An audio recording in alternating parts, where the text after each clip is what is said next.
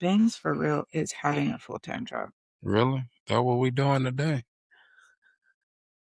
Yeah, as y'all can see, They're cute. I got my daughter on the show with us now, so we changing the format a little bit Got to. while she get her hair straight. I mean, got to tighten. You waited. Welcome to season 2 of the Digital Exchange. We're gonna change things up a little bit. Here we are. Typically, I'm the producer. I'm Yeah. usually behind the camera, but in the world of AECO, I am always attached at his hip. We've done podcasts together in the past, which kind of brought out something in me for him. He'd wanted to do one for a long time. And after that podcast we did together, I thought let's get it, let's do it. So we really the one where pushed. you call me out. Okay, I've never seen someone ask you a question and it take you aback. Like it took some thought to that answer because you are so on it. And so I was really proud of him.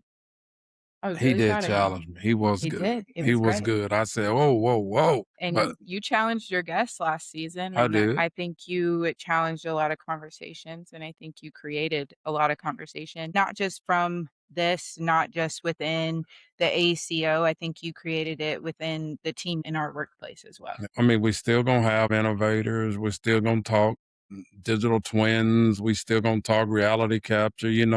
All the word salad all out there. We're gonna keep talking about that, the technology. But this season, we want to dive a little bit deeper. There's so much of owners and stuff who are having to take that 75-80% of those assets and everything and have to maintain them, that they have to give them some attention. But that's what we're here for. We want to just take some more in-depth conversations across the industry. And bringing together the two generations. He's been in this industry for 30 years and I'm going on my 5th year. And I think there's so much insight, institutional knowledge that he has that I will sit back and enjoy watching him speak anywhere. But I think oftentimes that's really intimidating for someone in my space and my smaller years in this industry. So I'm here to kind of lessen that blow and to really kind of bring a different understanding and a different perspective.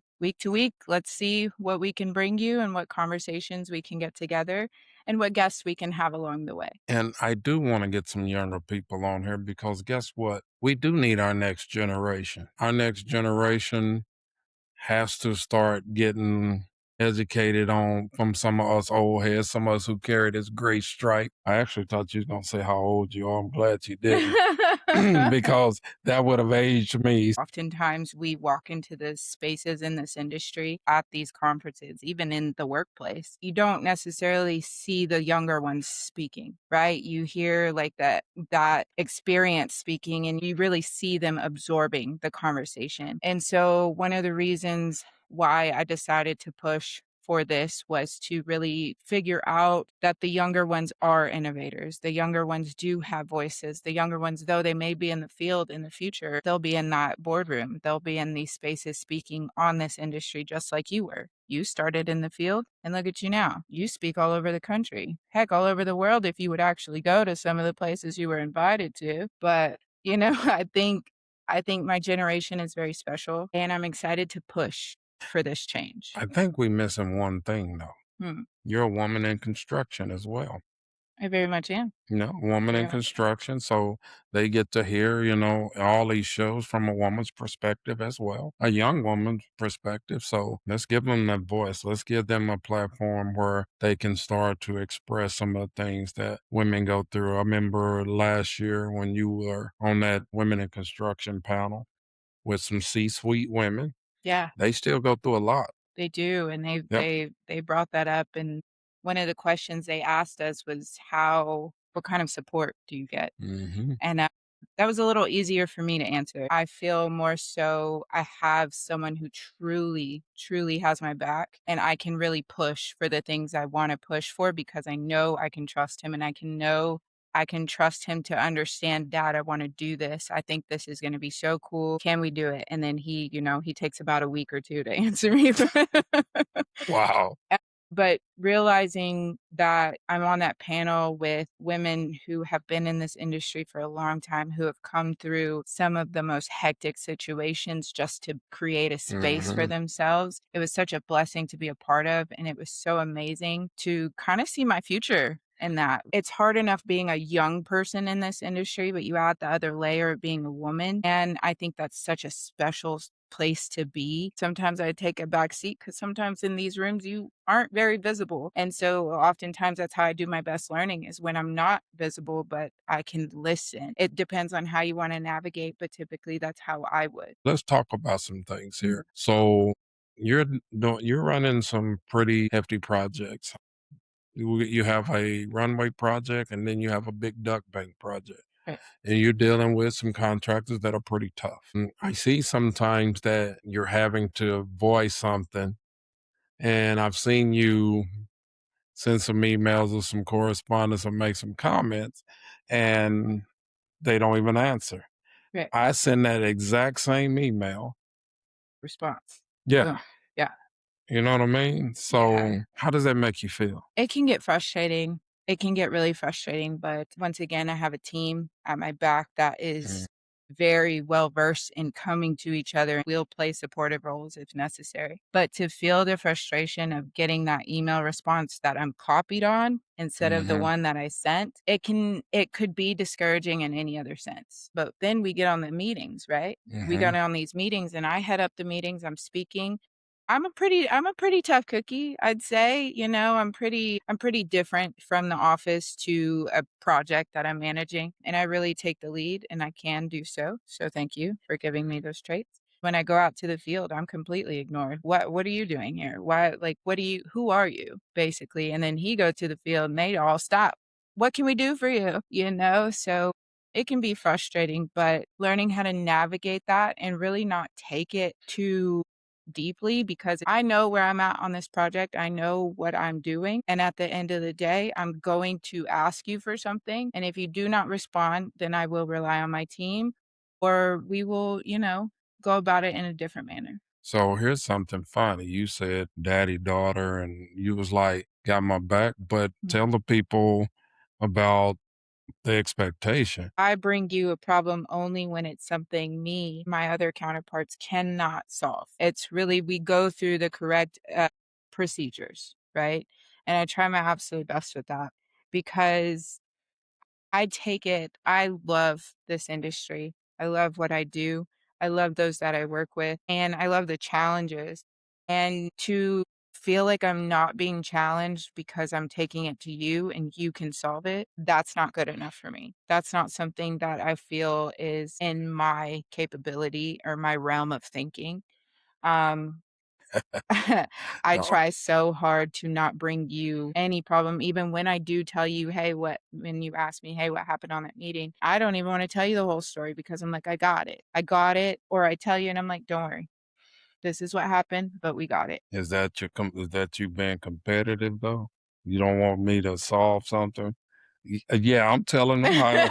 Yeah, yeah, I'm telling how. God, yeah, if y'all could only hear. We had a group of some interns, some Mm, younger people around this summer. You say that I'm harder on the veterans and I'm very easy right, on them. But am I easy on them or I'm trying to let them acclimate to learning and I'm trying to challenge them to think because I got a theory. It's all fun and games till you pay for it. 100%. So even though like when we go speak at academia and come back and I'm talking to these PhD students and with all the theories and I'm like, it's all fun and games till you pay for it. How you think they took to how things work in the industry in this part of the industry? I was just having this conversation today, and I think, once again, I think it can be very intimidating to come up against such an institutional knowledge, such a robust experience, and you're not really one to approach with some, stupid questions, basically.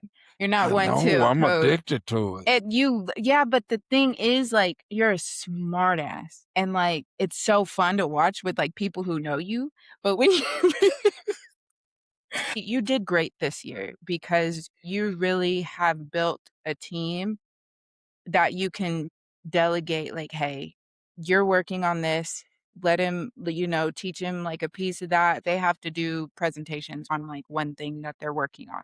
And I believe there's so many initiatives going on in this team that you picked one. So I think you were very good in that sense. But in reference to you speaking to the younger generation, there's one on our team in particular. And I feel like he has such passion and such drive and such a willingness to learn that it changes how you see him. It changes how you speak to him. You don't have the most incredible sense of patience, especially when it comes to this industry and this job and the different pieces that hit you left and right, up and down all day. And so oftentimes your response to things is why? It isn't that hard. Figure it out. What's going on? With this one in particular, it's rarely ever that. You express such patience, and I think it's because you see so much of yourself in him. You were always so willing to learn. You were always willing to, like, you want more. And it's not just because you see this as a job and, like, you see this as providing for your family, but it's because anytime you challenge yourself, you truly do that. And I think you see that in him. And to express that amount of patience, I think it's allowed him to truly see you as a mentor You instead of know, just a manager. you know what though? I gotta say something. I think we're allowed to thrive and to do what we do, what shapes us because we have leadership behind us that believes in us so much. Yeah. I mean, we're talking at executive level Mhm. who believe in what we're doing. So that allows me to be able to have all the things that we're doing and to be able to say, you know what, at some time we're going to fail and it's fine. However, you guys need to tighten up. And we don't get that opportunity to truly, truly fail, Mm, do the in the small of our team because we have you who's like, "Oh, fix it. Fix it now. I'll yeah, give you 2 days, yeah. fix it now." You hold off so much with us that us as a team are able to Mhm, fail, to get it right, to fail, to get it right, and expand beyond mhm. what anybody even really truly knows. And then when they actually come see us and they figure out like, "Oh, Yeah, y'all are doing a lot." And it's yeah, like, yes, because the levels of leadership, the levels of support, we're able to do those things. yep. We never want it to go a little higher than that. You know what I'm saying? That's a problem. You know what I'm saying? I I can do hey, it. But because when they it's get fun. there, when they and you know that's the one thing when we have our meetings, I always tell them if when a problem gets beyond me, it's out of my control. I can fight as much as I can Right. fight, but But those it are took a some. lot to even get to where we are. We used to be Oh yeah, out everywhere across oh, trying to, like, come together. We would come together and then we get in trouble for being too loud, So just to I think get that's why they put they us in the had to trade. have because we're low, We're a little loud. a little bit. It's alright. Yep. But to get to where we are now, even to be in the same space, that is a tell to our leadership and to our executive staff of giving us at least that level of trust to be together and have all of these great minds working together. Well, I heard our first show is gonna be a Caduceus whammy. Mm. And Mhm. I think we're gonna talk what we're talking about Common data. common data environment, okay? My bread and butter. My Some people don't bread even is know born. what CDE stand for, you know that? What did you call it one day? You said acronym salad.